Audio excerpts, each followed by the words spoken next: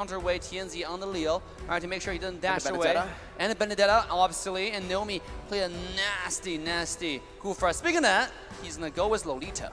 I don't really like this Lolita pick. Same. I feel like the Kufra is a lot better. The bouncing ball is a lot easier to execute, but I also understand. Support for your team! 5 seconds till the enemy reaches. Ladies and gentlemen, we're going to go into the final game, potentially, for the side of Falcon. Incendio has been reigning supreme for the past 2 games in a row. Looking to replicate that once again in game number 4. Okay, let's take a look at it again, right? Ken, does he go for a killing spree? I do believe he, yeah. Okay, it's a killing spree emblem for Ken. Again, just very standard emblems here for both of the teams, you can already see. But Yellow Flash is still opting to go for the sprint on that glue. No flicker, not even the vengeance that, you know, we usually see. So, Justin also is opting to go for that sprint. Oh, the wombo combo. Here we go, again. Kagura might be in trouble, and sure enough, the first blood going to Falcon. This is the 4th game in a row. Okay, some struggle signs, fight life signs happening for the side of Falcon. That is a good kill given over to Ken, and that's the power of the Granger in the early game. But when you go towards the later part of the game, the Rosa will definitely have enough items to burst down any single target from the side of Falcon, and it's so much easier for TNZ to follow up with the Phantom Steed. That's going to be really tough, I agree, right? Oh, who can actually get to the Granger? It's just the Kagura that I can really think of, and the Benedetta technically with the final blow, right? Oh, here we go. The stun comes in into the skill 1, and this is the Ken. Funded Death Sonata, and funding another kill into the jungler of Incendio. Falcon fights back in game 4. Threading the needle. Good positioning by Ken to find that Death Sonata just in between of the members there. And you can see already they're trying to put Ken into a position where he can get the most gold here. Already taking a few hits on to the turret gold and even picking up that gold buff. So the snowball is already ready for Falcon right now. 1,000 gold lead and 2 kills onto Granger. That's a very early game gold lead, right? And not only just that, it is also Yellow Flash doing a tremendous job in making sure that someone stays still for Ken to land that ultimate. So remember what I said, I need Falcon to have a hard CC. Well, technically speaking, Yellow Flash, that is also kind of like a hard CC. I like what you said regarding glue, is making sure they're staying still. That's exactly what glue does, right? It fits the name, fits the character, and that's the playstyle for Falcon. I mean, they play Granger like no other team, right? Because right now, this meta is heavily assassin focused, sometimes the tank jungle, both are viable. Falcon plays Granger like just a like last season, like M3, you know? They play the Granger is still the most meta character in the game right now. Here we go, speaking of that, Naomi coming in with the stun, Death Sonata finding a lot of damage. Rosa, beautiful dash to dodge away from the damage. If it goes like this, you can already see it just now in the item check. Ken is already building towards the Hunter Strike very early on. If he gets that down, that's a lot of damage early for Ken, and there's no one on Incendio that can really sustain or soak in that damage. Remember, the Hunter Strike will basically add into Ken's mobility, getting more of that Rhapsody and getting the Death Sonata down easier. Yep, and not only just that, Rosa is going for the late game route, There you go, 3 minutes. Pulling out the clock, but it's going to be a emblem coming out just for show for now. Zipex goes for the mystery shop. You mentioned about Hunter Strike for Ken. I'm looking at the same for TNZ as well. Hunter Strike also killing spree, but here we go. Here we go, Phantom Steed just to get away. TNZ, can he make it? Yellow Flash into an Nimblance Blast. It's not going to connect for now, but TNZ taking low. Ken is the target, but he will find a reverse kill. Allen surviving 1 HP, not for long. Double kill to the side of Falcon. 4-0 start for Falcon, and Zipex 1v2. On the bottom side, Zipex with the ultimate. Oh, damage, Sunshine, 1 HP. But thank you for the blessing of Moon Goddess. He will survive for now. It will go so bad if Apex 47 wasn't there. You can start to see, this is the reason why the Costin has been talking about Zipex carry.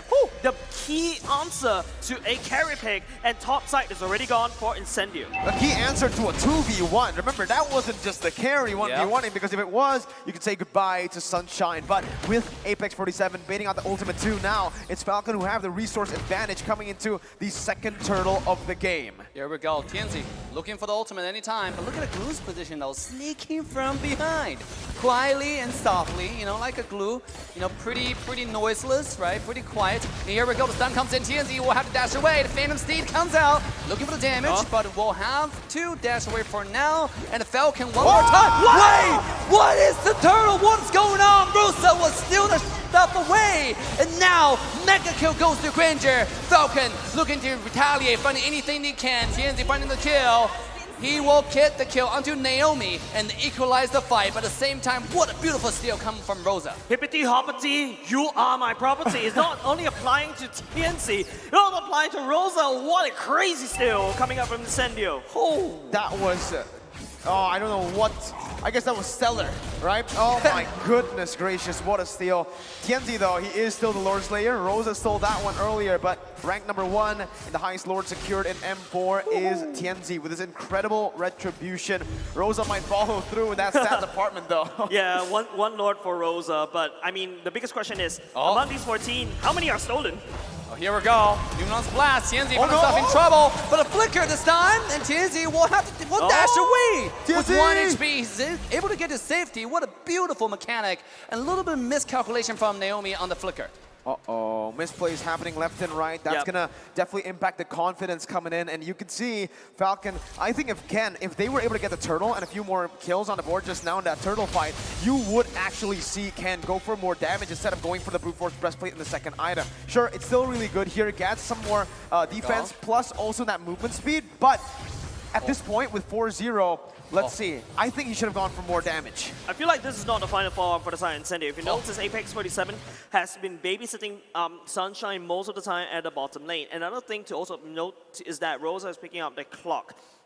Rosa is gonna slowly scale with the clock's destiny as time goes by. Falcon, on the other hand, their time is a little bit short. Yes, there's a Zipex at the last game, but TNZ. One more time, jumping in onto Naomi, who's taking very low, but here comes retaliation though. Numenon's blast will go wide for now. And now Zipex finding his way into the team fight. Damage is in. Ken looking for the Death Sonata, connecting one, but not the other two. And now Falcon looking to get away as Alien makes his entrance to the team fight. Yellow Flash on himself, isolated by the entire team. And Falcon now making a move onto the turtle. All ultimates gone. My goodness, that was a brilliant fight with both teams disengaging. Falcon, though, will have a bit more pressure to play with around the turtle, starting it up first here. So Incendio needs to find a proper response. They need to be able to get that gap closer down towards Ken. If Ken is in that backline free hitting, it should be Falcon who wins. Yeah, here we go. Look at that. Ken pulling the turtle away. But Alien, look at this position, and Rosa on the side. They're looking to flank the backline at any time. This is a double trouble we're talking about. Speaking of double trouble, here's TNZ coming in with the ultimate one more time. But yet, it's just a trade-off of skills. There's no casualty just yet, but Naomi's HP is worrisome. Ultimates are coming back up online already. It's going to be Falcon Here we as go. well. But here we go. They need to come into this The fight. mask, and this is a full Falcon diving in. They find kill number 1 at Apex 47, who had nowhere to go. As Alien on the run, he will get away, but a turtle cannot, as Falcon will take this objective. Beautiful execution by Falcon, baiting out that Phantom Steed first, looking to go for a team fight there, but it's all just a bait to bait out the resources. Ken, with no resources available from Incendio to actually dive into the back line, can get that Death Sonata easy. And that's the thing about Falcon's composition here. Ken doesn't even need to be close to the fight. All he needs to do is pop the Death Sonata from afar, and he does enough damage to zone Incendio away. If he targets it perfectly, he might even be able to assassinate some targets. And now you can see, carry, sure, Corrosion Scythe and that Golden Staff, but when you're being outranged this much and you're out-sustained by a Herod that can just constantly be in your face while not taking damage, the carry really struggles. Not only just that, brute force breastplate already built in before the side of this Granger. Need to prioritize on those defenses that if you notice the damage start to go down. One more time, TNZ jumping in. Naomi is a target. He will be taken down first. Yellow Flash. As now Incendio fighting back. Look at Granger. Death Sonata connecting onto TNZ, who's taken down to 1 shred of health. Alien jumping in, but himself alone, and he will be quickly eliminated from the map. This is a 1-1 trade so far, and Falcon will move back to their side of the jungle. I take any EXP laner for my Roamer any day. Not that, Roamer's life don't matter, but your sacrifice is valiant. Very value. 0-2-0 Alien though, in terms of gold, not too value, but in terms of pressure on the map and getting Yellow Flash to a point where he's gonna be ahead of Alien, very, very value. Now, Incendio, I think you're really starting to see that mid-game power spike for Apex 47. He's getting a lot of the healing done and sometimes even out-healing the damage coming from Falcon. So this is where Falcon really needs to allocate their damage properly. They don't target the right targets. Bomb side, Ken, kill. the one-on-one! And Falcon take down the Supreme. Beautiful job from the Granger. Revenge from game 2. I feel like Falcon finally realized the way to counter the Leomord is in that Granger. Whenever that Leomord is charging towards you, he has to run in a straight line, and that's where you can land all your Rhapsody. You can land down, and that's MSCA emotes. You can also land down your Death Sonata as well. It's going so well for Falcon, but at the same time, Falcon is on a timer. They need to end the game very quickly, and they know it. They're taking down turrets for now, and they're taking the first Lord. Incendio are really struggling to find, a proper engage to lock down that back line because of how good Falcon's front to back really is. You can see here, TNC gets the Retribution down, secures the purple buff. But with the Lord marching, Falcon just wanted to actually, bait out the Retribution, use it to siege more turrets here. Alien's doing a very good job at actually clearing out that top lane. And Falcon, they're forced to group up with the team. That's how the composition is made for, right? What the composition was made for. Guys, I haven't said Necklace of Durance for a long time. One more and time. There it is, the Death Sonata connecting. As devastation, disaster still for the side of Incendio. Falcon take the tower and kill as dessert. Good wave manipulation. Now it's a slow push in that bottom lane. Bottom Yellow Flash side. jumping in. Yellow Flash finding a split. Is it gonna jump in? Not yet. The objective's pretty clear. They got a bottom high ground tower. And now it's Cam finding the poke, just a little bit of naughty in the base before they move on to the second high ground tower. The first one has already gone down. Falcon is controlling this map. I like the fact that Ken, usually when he plays as Granger, he uses the Death Sonata to just poke as well, right? Not just dealing damage, but here in this case, there's no reason to poke with the SS on the enemy team. He holds on to that to actually execute the enemy members when they get back towards Apex 47, which is brilliant. I think the most important thing about from side Falcon, yes, that's a concealed play by Naomi, trying to look for some form of pickup right there. The mid lane turret is slowly crashing in. Yellow Flash creating a lot of space for Falcon to basically allow them to take the mid lane, but same thing. I like the itemization coming up from Justin, but Rienzi. This is brutal. TNZ jumping in, find himself on the glue, but that's not a target you really want to go to. And TNZ was like, ew, this is too ugly. He walked away. So I like that, right? He just looks at glue. Nah, you're ugly. I'm gonna run back on my horse to get away as fast as possible, man. But this composition for Falcon, it's built to siege. You can see so much zoning, so much range.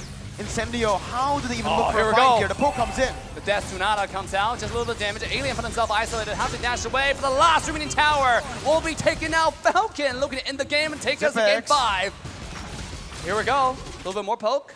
All right, they back away. I feel like Falcon is not respecting the damage coming out from Rosa. Usually in my ranked games, I don't know. I don't know whether to compare my ranked games and M4, but usually when you see a Kagura Umbrella, you stay the hell away from it. But Falcon, they ignore it.